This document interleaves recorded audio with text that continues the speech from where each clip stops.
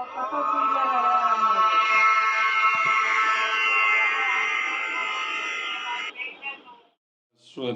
नमस्तुभ्यं वरदे कामरूपिणी विद्यारंभं करिष्यामि सिद्धिर्भवतु मे सदा।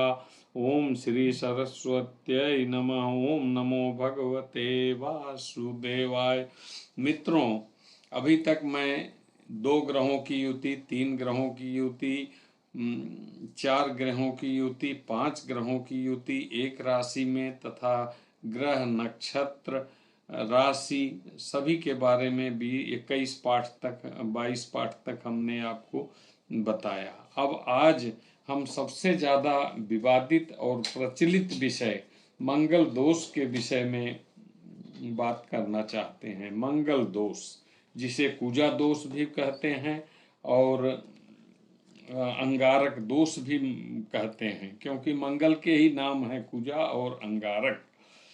बृहत पाराशर होरा शास्त्र के स्त्री जात का अध्याय के 47वें श्लोक में पतिर्हंत्र योग की कुछ इस प्रकार चर्चा की गई है। लग्ने व्यये च सुखे वापि सप्तमे वाष्टमे कुजे शुभ दृष्ट योगहीने पतिम हंतिम न संशय। अर्थात किसी स्त्री की कुंडली में लग्न से द्वादश, द्वादश, चतुर्थ, सप्तम, अष्टम भाव में ऐसे मंगल बैठे हों जिस पर न तो शुभ ग्रह की दृष्टि हो न शुभ ग्रह उनके साथ युति हो, तो ऐसी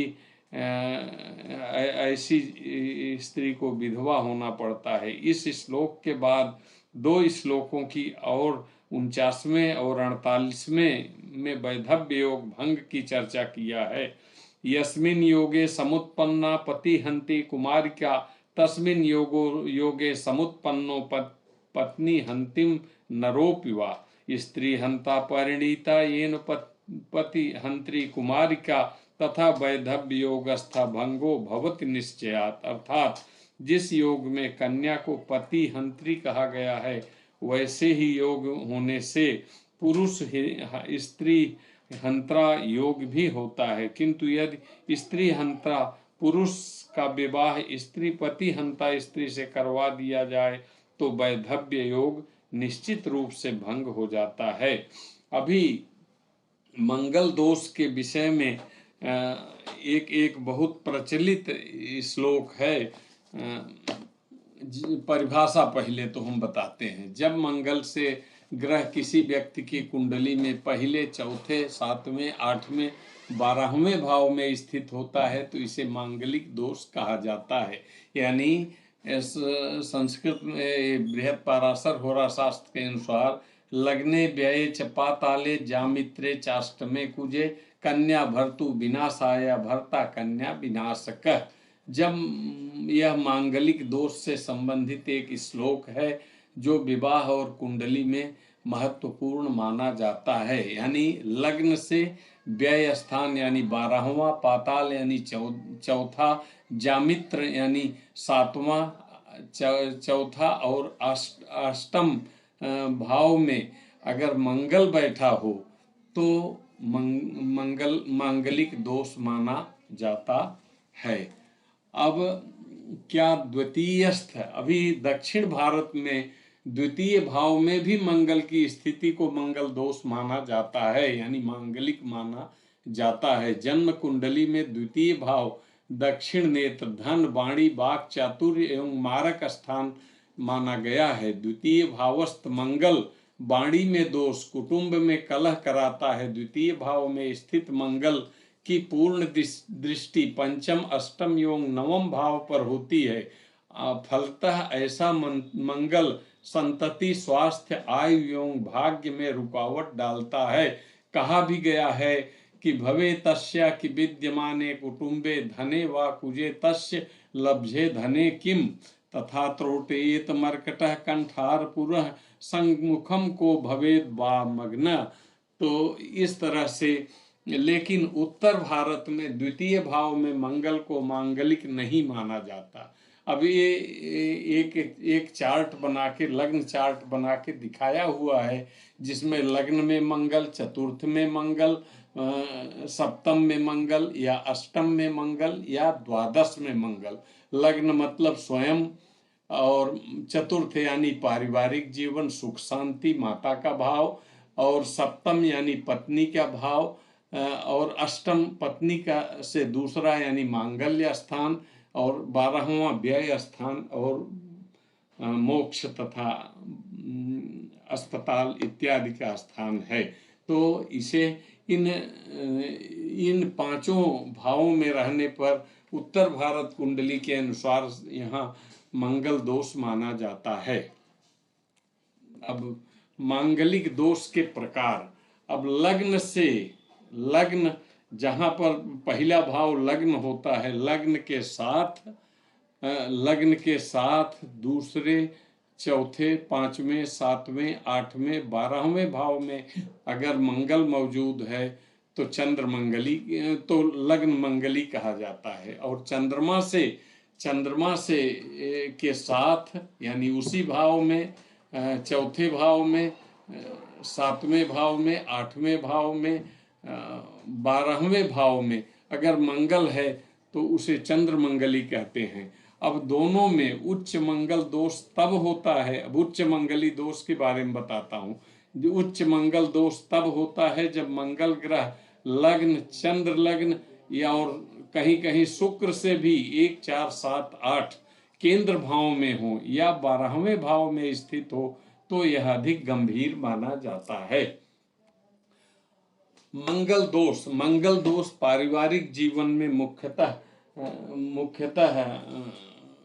कष्ट देता है।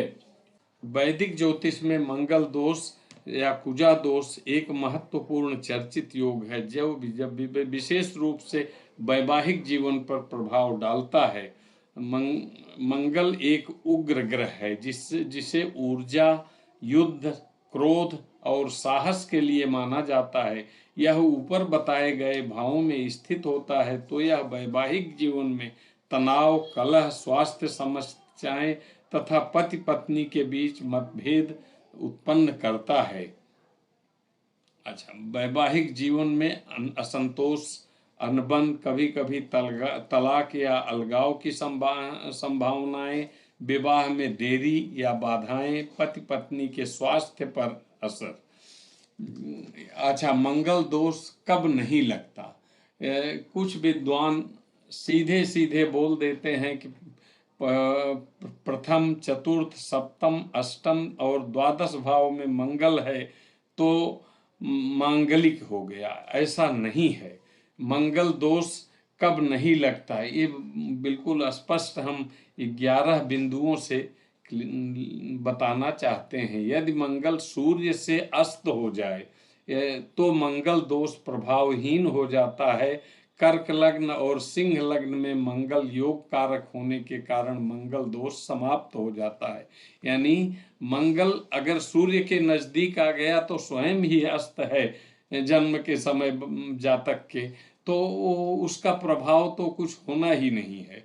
इसी तरह कर्क और सिंह लग्न में मंगल योग कारक है, यानी वो सबसे कुंडली के लिए, व्यक्ति के लिए सबसे अच्छा ग्रह है, तो मंगल दोष का सवाल ही नहीं होता। दूसरा बिंदु, यदि मंगल और गुरु का योग हो तथा गुरु की दृष्टि मंगल पर हो, मंगल और गुरु एक साथ बैठे हों या गुरु की दृष्टि मंगल पर पड़ रही हो तो भी मंगल दोष समाप्त हो जाता है। तीसरा बिंदु, यदि सप्तम भाव में गुरु और शुक्र अपनी राशि में हो या उच्च राशि में हो तो भी मंगल दोष वैवाहिक जीवन में बाधक नहीं बनता।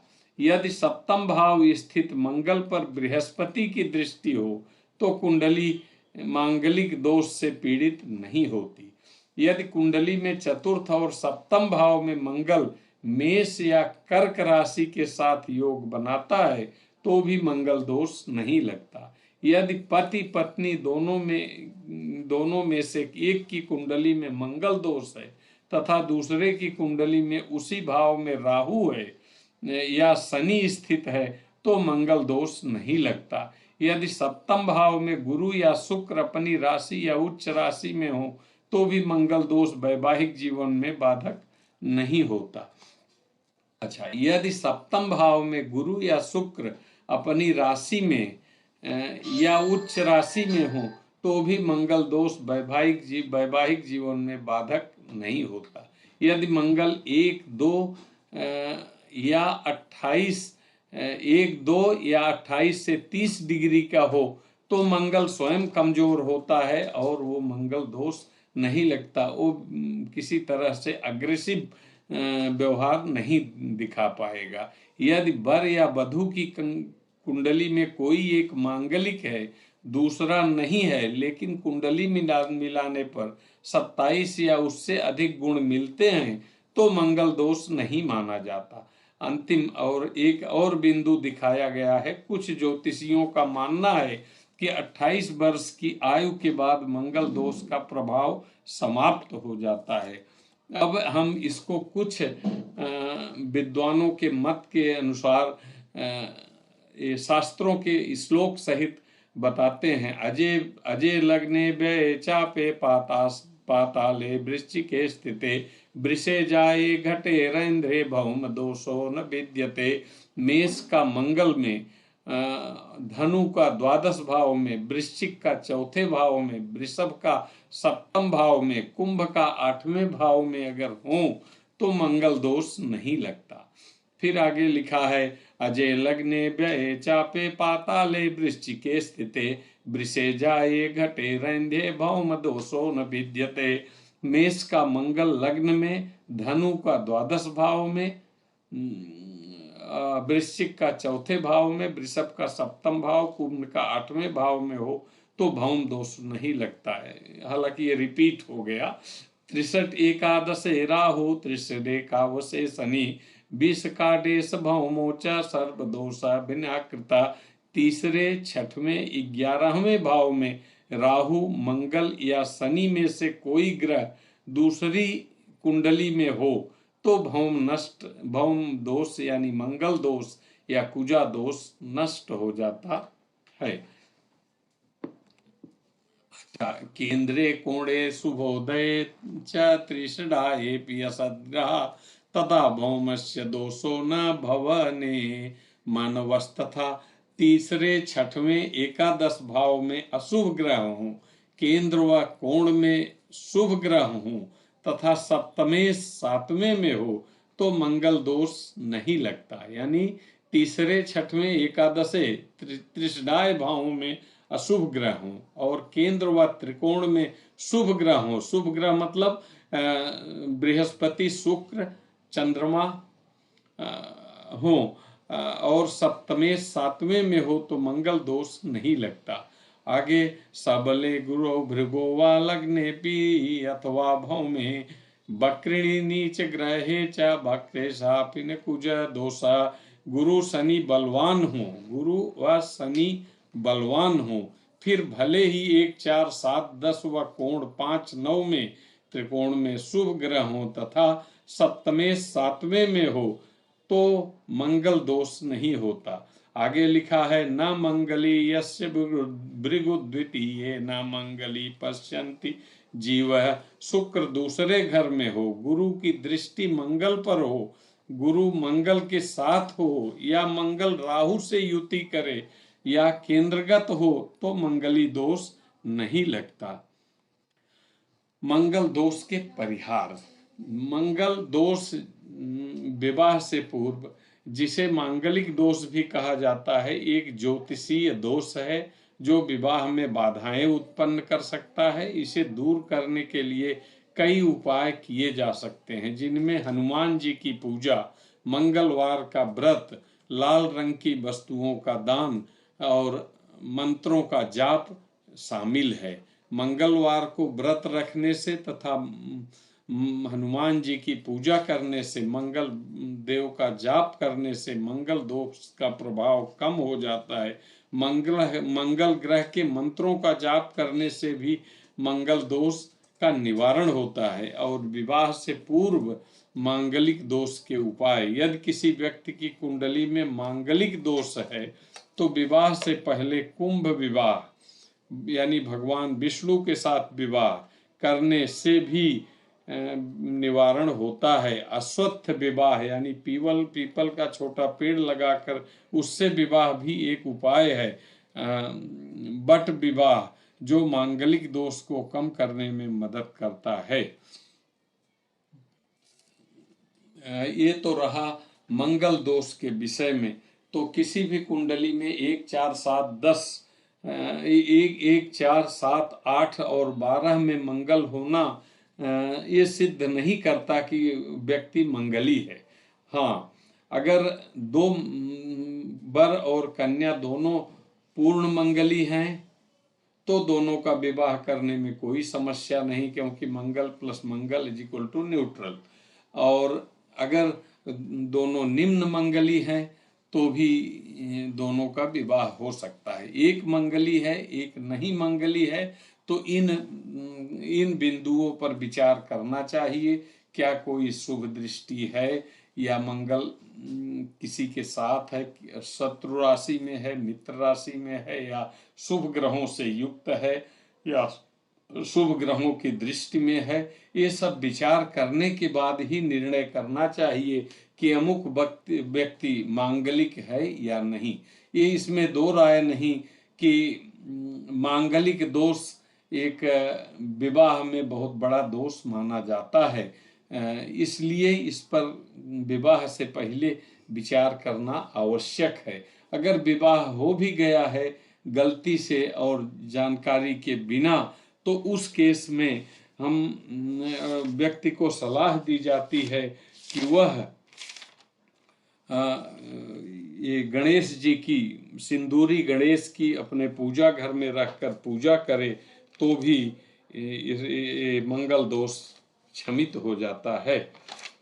और बस मंगल दोष के विषय में काफ़ी जानकारी दिया हूँ। अब इतने यही है कि आप इसको एक तरफ से पूरा कंप्लीट वीडियो सुने, कमेंट करें। यदि कुछ आपको इसमें सुझाव हो या गलती लगी हो तो मुझे क्षमा करें और साथ में कमेंट करें, जिससे मैं सुधारने की कोशिश करूँगा। आपसे विनम्र निवेदन है कि इस ज्वलंत विषय को, जो हर व्यक्ति से के जीवन को प्रभावित करता है, विवाह में पहले देखा जाता है, इसको ज़्यादा से ज़्यादा लोगों में शेयर करें, जागरूक करें, और उससे हमारी भी मदद मिलेगी। धन्यवाद।